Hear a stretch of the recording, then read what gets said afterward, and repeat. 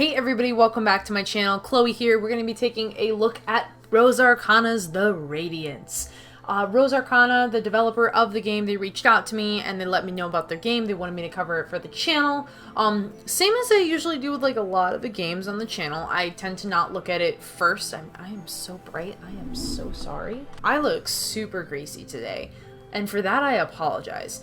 But it is a visual novel set in a fantasy world, so I am really excited to kind of see more about the game and see kind of what it's about. So we're gonna go ahead and we're gonna dive in and we're gonna take a look and we are going to have a good time. I'm so excited.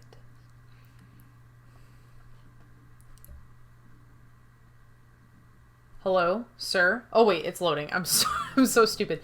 My first name is not Emmeline, it's Swiggity. Yes, Swiggity. Oh, and you gave me the option for last name. Your life until now has not been an easy one, but your experiences have shaped who you are. I consider myself... Oh, I get to design my character? I would say I'm genuine. I wish I was smart enough to be scheming, but I'm pretty genuine, I would say. Brash or polite? I feel like I came across in my YouTube videos as, like, brash, but I'm really, like, more polite in real life. I feel like if you come and you watch my channel, you're gonna think that I'm just a total tool. And I kind of am, but, like, I'm very, like... I'd like to say that I'm kind of demure. The reason why I'm like so loud and bubbly on YouTube is not just because it's kind of like the personality that seems to exist on YouTube, but it's just like I'm in my element and I'm in my comfort zone, you know?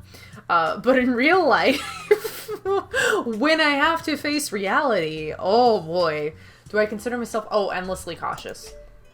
Not playing games though. I am very impulsive when it comes to playing games. Do I consider myself lawful or rebellious? I would definitely say rebellious. Do I consider myself proud or humble? Humility is overrated. I'm gonna be proud. Dear Diary, today is the day everything is gonna change. At least maybe it will if I keep telling myself that. So far I haven't had much luck in the whole turning my life around endeavor. Wasn't my life supposed to change after I left my teenage years behind? Once you become adult, you can finally leave your past in the past and start fresh. You can move away from your home... Not if you have social media. Oh no! I'm sorry. You can move away from your hometown, find a place where no one knows who you are. You'll no longer be the poor orphan girl who lost her parents and had no future. You'll have an exciting new life to look forward to. That's what everyone told me. Oh, sweetie. No, I feel like if you're a young person and you bring up the fact that you're an orphan at, like, even, like, a work function, everybody's gonna be everybody would be quick to label you the orphan girl in that kind of environment. I suppose they were partly correct. I did move to a place where no one knows me. A place where my peers no longer look at me with pity. Back in high school, I was just the girl who lost her parents in that horrible accident. Since nothing ever happened in our small town, my situation was the only thing worth talking about. I had gotten over it years ago. I was so young I don't even remember my parents. But no one else had forgotten.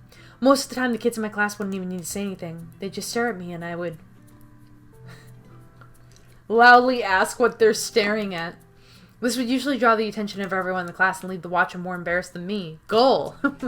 Hashtag goals. I shouldn't be focusing on that now. That's why I left that life behind, right? But where's the exciting new life I was promised? What is it that I'm supposed to be doing? As it is, I live a life of drudgery. I spend every day doing the same thing. Probably taking classes. All I do is go to school. I started attending the local university here about a year ago, but I'm still undeclared. So far, girl, what? OMG. So far, most of my college experiences consisted of me sitting in the university library trying to make decisions about my cloudy future. I usually find myself researching any topic that might help me decide what I'd like to focus my studies on, but with such a huge variety of subjects, I get easily distracted. As of right now, I'm kind of leaning towards business management? I don't know. Managing people and things is something I find rewarding, and I'm pretty good at it, too. None of this was anything close to what I had planned my life to be when I was little. I had dreams of a different sort. I was just sure I was going to be the next ninja warrior. I mean the TV show, not a literal ninja. Although that would be pretty cool too. Wait, what was I even talking about? I started this journal to organize my thoughts to help me feel motivated for a change. But now I've just spent pages babbling about nothing important and I've lost the point I was even trying to make. Was there even a point? Story of my life. Oh, look at that background, babe. Look at the fog. You guys might not be able to see it. But there's like a little nice touch of faint fog here. I love that. I like that detail. I snapped the book closed with a sigh and glanced up at the night sky. It's already way past dark and most of the neighboring shops and restaurants are closing down for the night. The weather is nice and cool, so I thought a quick break in the park might help me with my new journaling plan. However, I'm not so sure I feel any more clear-headed than I did before. Oh, she's animated. She blinks. Blinking. Oh my god, she blinked again and I didn't even have to tell her to do it.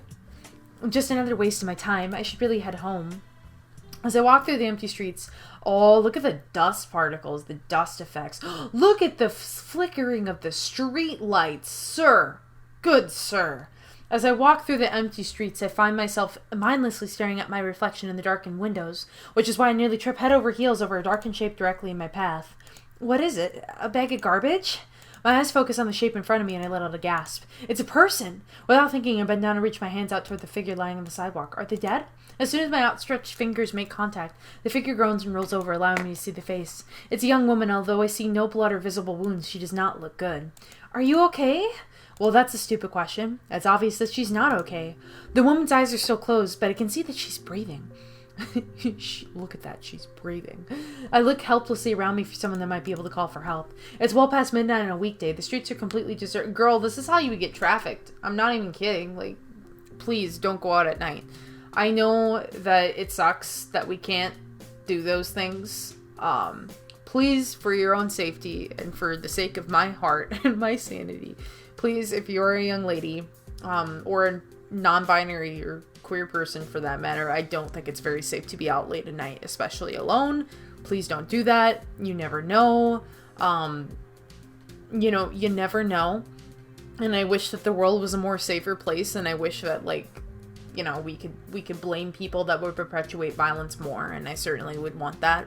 But I don't think the world is at that point yet, folks. So just please be safe when you're out walking around at night. Go with friends. Go with friends. Please don't ever go out by yourself. I'm gonna go find help for you. Just hang on, I'll be right back. I grapple with the idea of leaving the girl to find help. It's not as if she's in a condition to move, but leaving her in the middle of the street isn't exactly ideal either. I decide going to help is worth the risk. I start to stand up, but the girl grabs my hand roughly. She has more strength than I thought she would in her current condition. No. The poor girl can barely speak. I have to strain my ears to hear her whispers. Did you... Geez, girl, are you okay? Look at that. Look at the exaggerated movement. I kind of love it. Did you say no? Please, don't leave. Look, if I don't get help for you, you must stay here. The girl's voice has more volume now. She seems to be using all her strength to hold on tightly to my hand. She turns her face upward towards me and fixes me with an intense stare. I'm sorry. What are you apologizing for? The girl's breathing becomes ragged. I'm in a state of panic now. I really need to find help for this girl, fast. I look wildly around the darkened streets. Where is everyone? Girl, it's past midnight. What do you mean, where is everyone? While I'm busy craning my neck in the opposite direction, the girl's wheezing breath suddenly die off. I whip back my head back to look at her. Her eyes are closed again. Oh no. I reach out to touch her. Oh no. She's no longer breathing. What do? I don't know any first aid. Okay. In a pinch, if you are somebody that does not know first aid, and there's nobody close by, phones aren't working, whatever, you can't call 911 for some strange reason, or you're waiting for somebody to show up, I actually really recommend YouTube. It taught me things like in the blink. Funny story, actually not funny, sad. My old dog, Woody, I don't think I've ever mentioned him on this channel before, but I had an old dog growing up.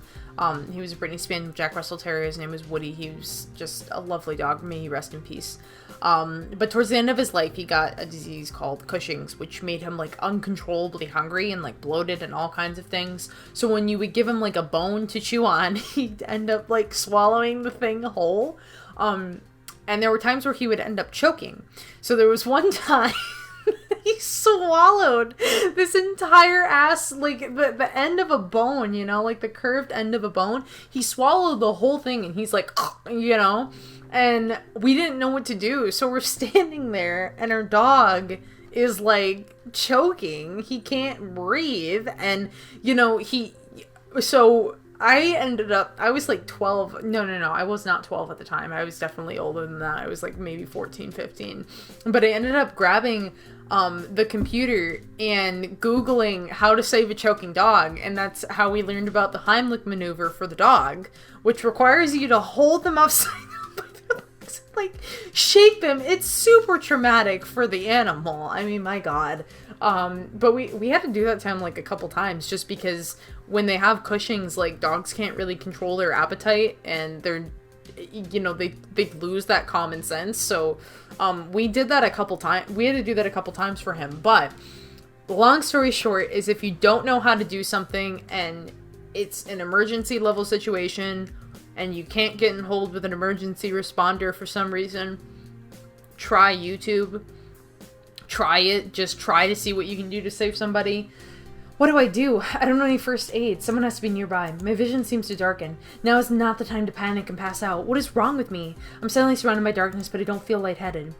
So she's really dead, huh? Just what I needed on today of all days.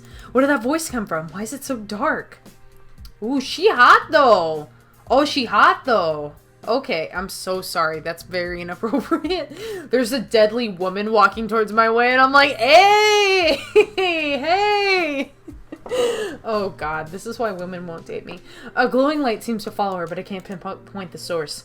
The woman steps closer and takes a casual look towards the figure lying at my feet. She then pulls out a small notebook and begins scribbling furiously. I swallow hard, trying to get my bearings. The situation is so unreal, I'm not even sure what I'm supposed to do next. Panic? Run? Question this new stranger. And perhaps I'm being overly paranoid to distrust the only other person around here that could probably help in this situation. Girl, if she's walking very casually down the street and she's like dressed like a mage, I would be more concerned for my safety than about her ability to help. Who are you? Where did you come from? I will explain in a moment. Please be patient. Patient? A girl is dead. Yes, and all this shouting will not bring her back. We will attend to her shortly. How do I know you didn't have something to do with it?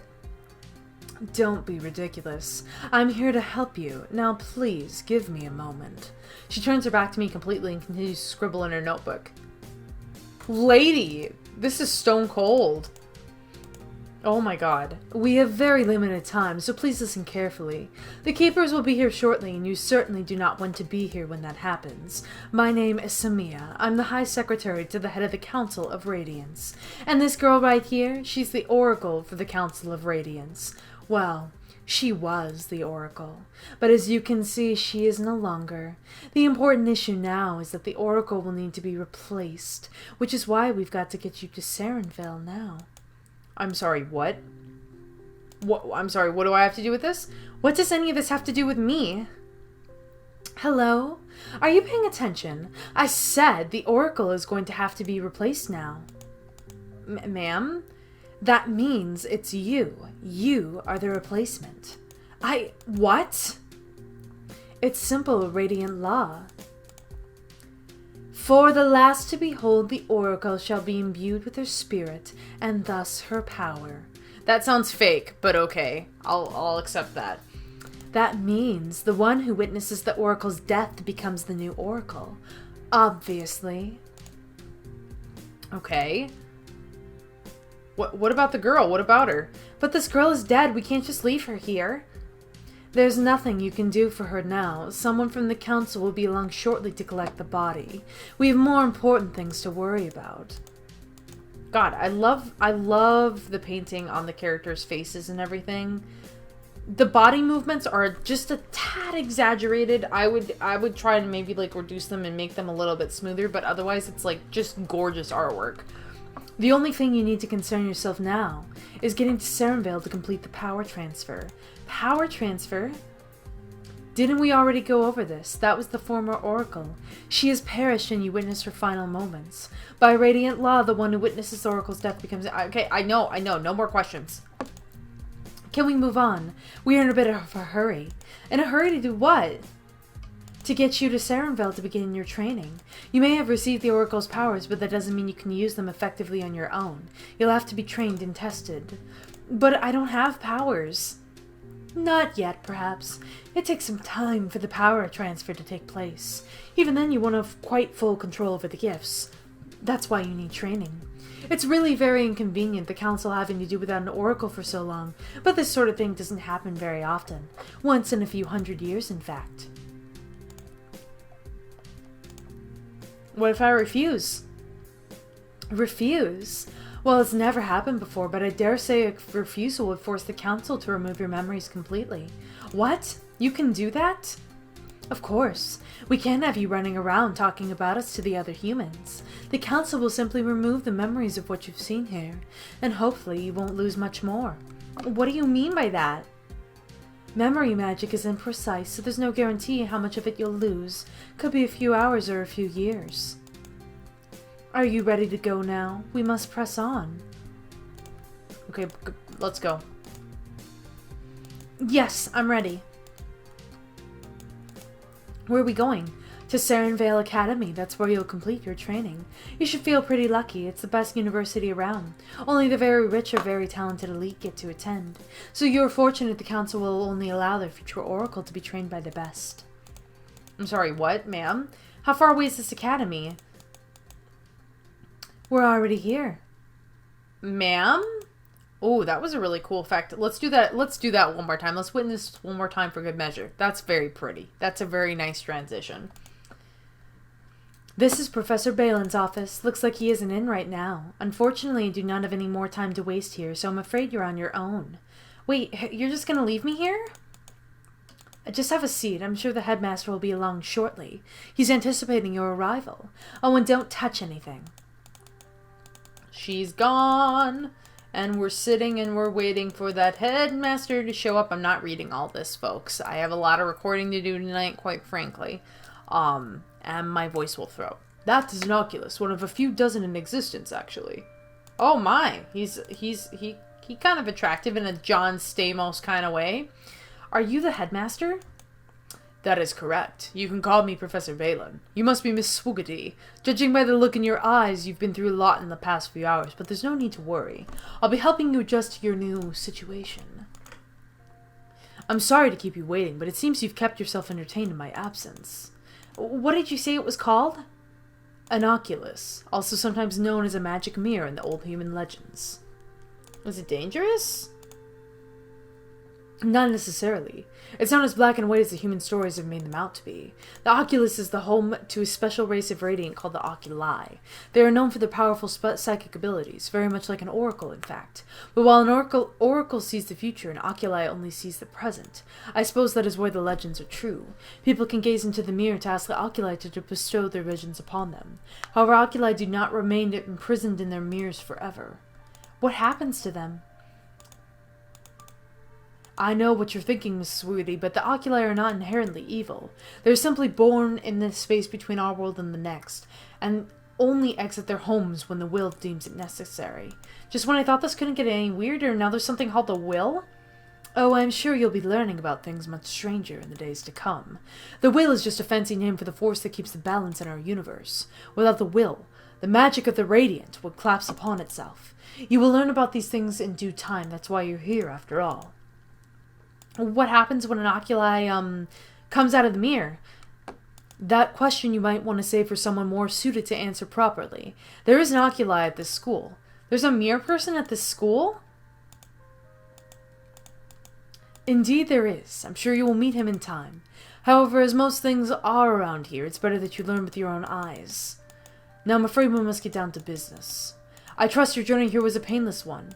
Well, I'm not even sure how I got here. One minute I was on the street and the next minute there was darkness. Ah yes, Miss Almasi has that ability. She can draw the light from the area. It's part of her gifts as a descendant. She is one of the descendants of the Pantheon. That is to say, she is distantly related to one of the archaic gods. So me as a goddess? She is not a god herself. The bloodlines have become very diluted over the millennia, but every descendant inherits some abilities from their ancestors. Since Mia is descended from Kek, the god of light and darkness, she has gained some of the abilities related to that bloodline. I assume she used her ability to mask the gateway to take you here, probably on the Council's orders. In any case, we've gotten a little ahead of ourselves, haven't we? You hardly know anything about us, and here I am overloading you with information. I assume Miss Almasi gave you the basic information on why you were sent to Serenvale. I know a little, but it's all so much. Well, why don't we use this time to help you feel a bit more at ease? I'll try and answer any questions you may have. You know what? I'd rather just learn as we go along, personally. I'm not a big fan of, like, when in a visual novel it just, like, lets me ask, like, a ton of different questions about the world.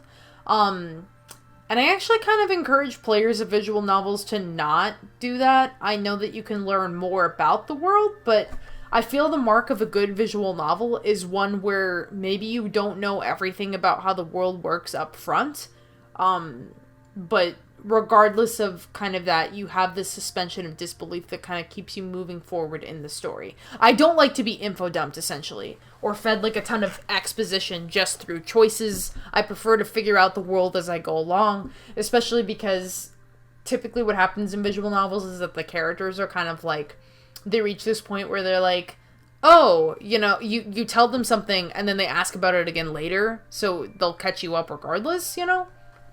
I don't know if that's the case with this one, but again, I'd like to just kind of play the game as is. Excellent, then let us proceed. I feel that the best way to learn about our school is for you to see it for yourself, so now we're going to do just that. Follow me.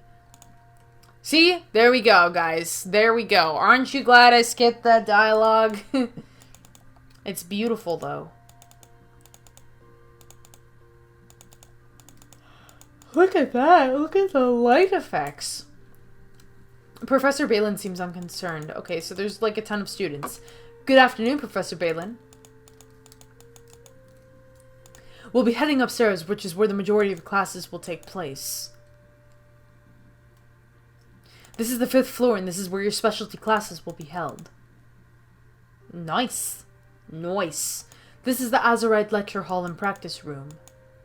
Nice. I like that. I like this crystal ball you got here. It's shiny. I like that.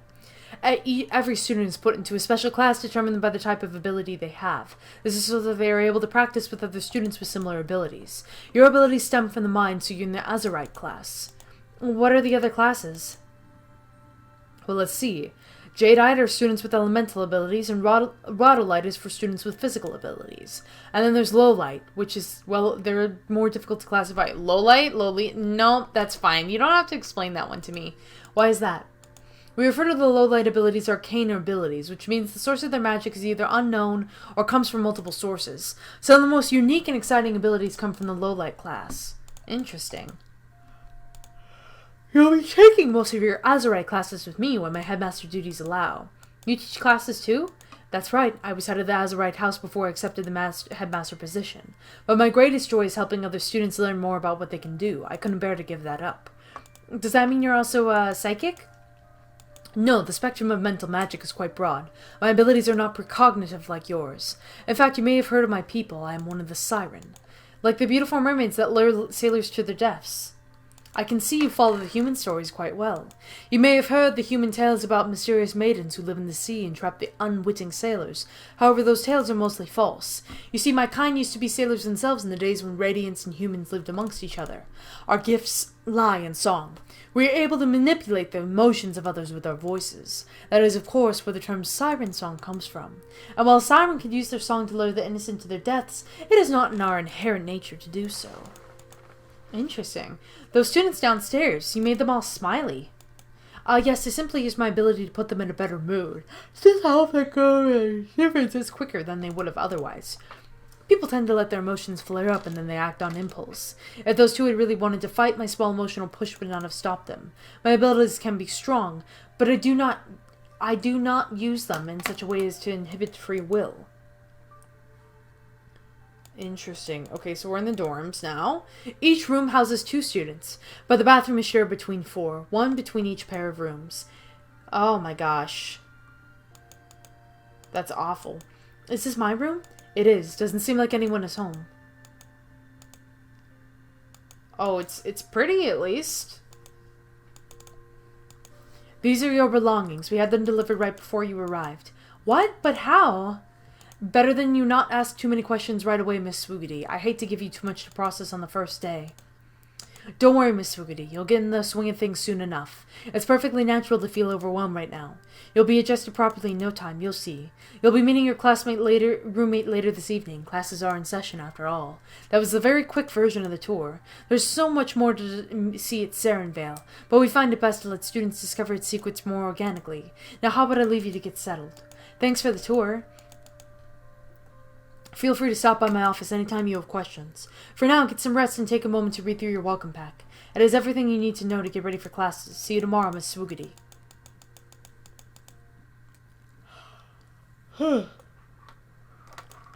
Dang. Now there's footsteps. Ooh, she hot though. I'm so sorry. Oh my god, I'm so sorry. I didn't mean to wake you up. I tried to be quiet, but well. She's hot though.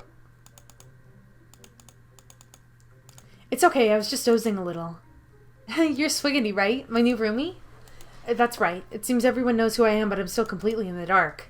Well, I just found out about you like an hour ago. My last roommate dropped out or went on permanent vacation or something. I'm not really sure. Her last roommate was the old Oracle. I bet you anything. But this bed has been empty for a few weeks. It's nice to have it filled again. It gets too quiet here. Just me alone with my own thoughts. My thoughts can get pretty loud. Oh gosh, I forgot to introduce myself, didn't I? I'm Raelia. I'm Raela Bolanos. I'm just gonna call you Rhea, okay? I'm in my second year here. Nice to meet you, Raela. So, you're in our first human magic user in like 100 years, huh? You must be freaking out. Straight to the point, huh? It's kind of my way. Well, I honestly haven't had a lot of time to freak out, so it's definitely a lot to take in all at once.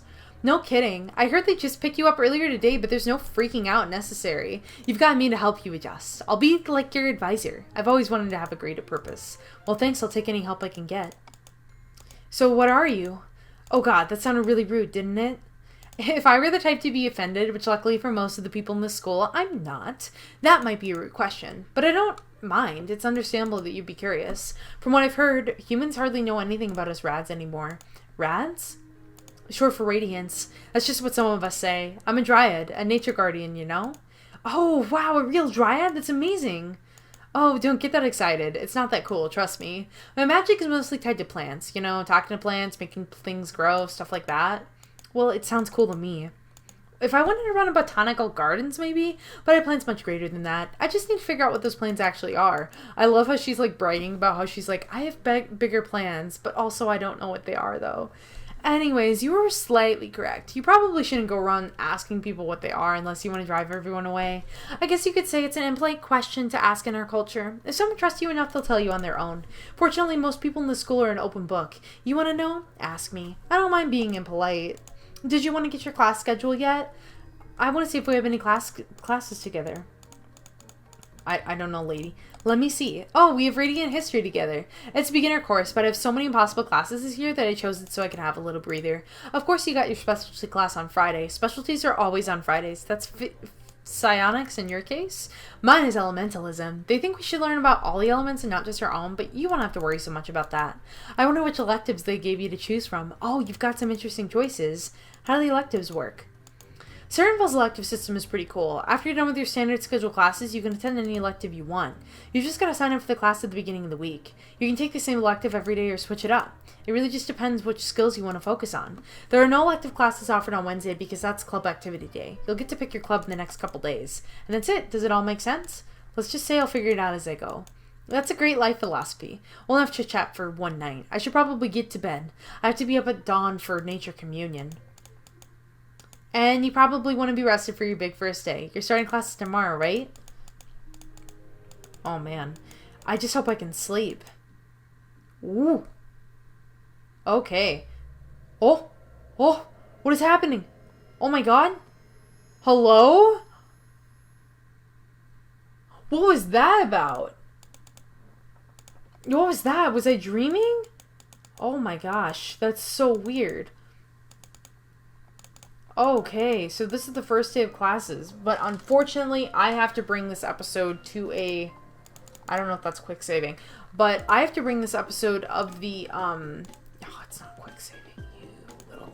So, I have to bring this episode to a close. We've been recording for a little bit of time here, but this is the Radiance. You can check out this demo right now for free on itch.io. I will leave a link to the game in the description, as well as a link to the developer social media, so that you can continue to follow the development of the game. I really like this so far. I really like the environments. They're very unique. They're very pretty. I also really like just like the dust effects, the lighting effects. These are gorgeous, and it really gives kind of the environments themselves and the background art like dimensions and things like that. I really like the lore of the world as well. I like that Radiance and humans kind of had like this distant history between the two of them, and then eventually they kind of diverged from one another. I'm hoping that we can get into kind of the reasons as to why they diverged from one another, like later, at a later point in the game. I'm not sure if this game has dating options too, but I would love to see like some dating options, especially with like our roommate, because she's pretty great. But yeah, and I love the animation. I really love like animated like little sprites and CGs like that. Those are so cool to have and see in like a visual novel, and I think we've been seeing more and more of them. And I really like that trend because it just makes it feel like so much more alive when you're like playing the story and everything. So overall, really well done. Let me know if you do want to see more of this game on my channel. As I've mentioned before, I'm like trying to get a lot of certain things scheduled, but I can absolutely revisit this game at a later point if you guys want me to. But otherwise, I'm gonna go. So thank you all so much for watching. If you like this episode, please leave a like. It really does help the channel out. Also consider subscribing, and when you subscribe, be sure to hit the notifications bell so you get updates on when I upload future episodes. Without further ado, thank you all so much for watching. Bye! I'd like to give a very special shout out and thanks to my patrons, AceWolf741, Deep Dive Dylan, Brian White, Devil J, Caleb Putnam, Robin Harper, Bob Conway, and Cody Webb.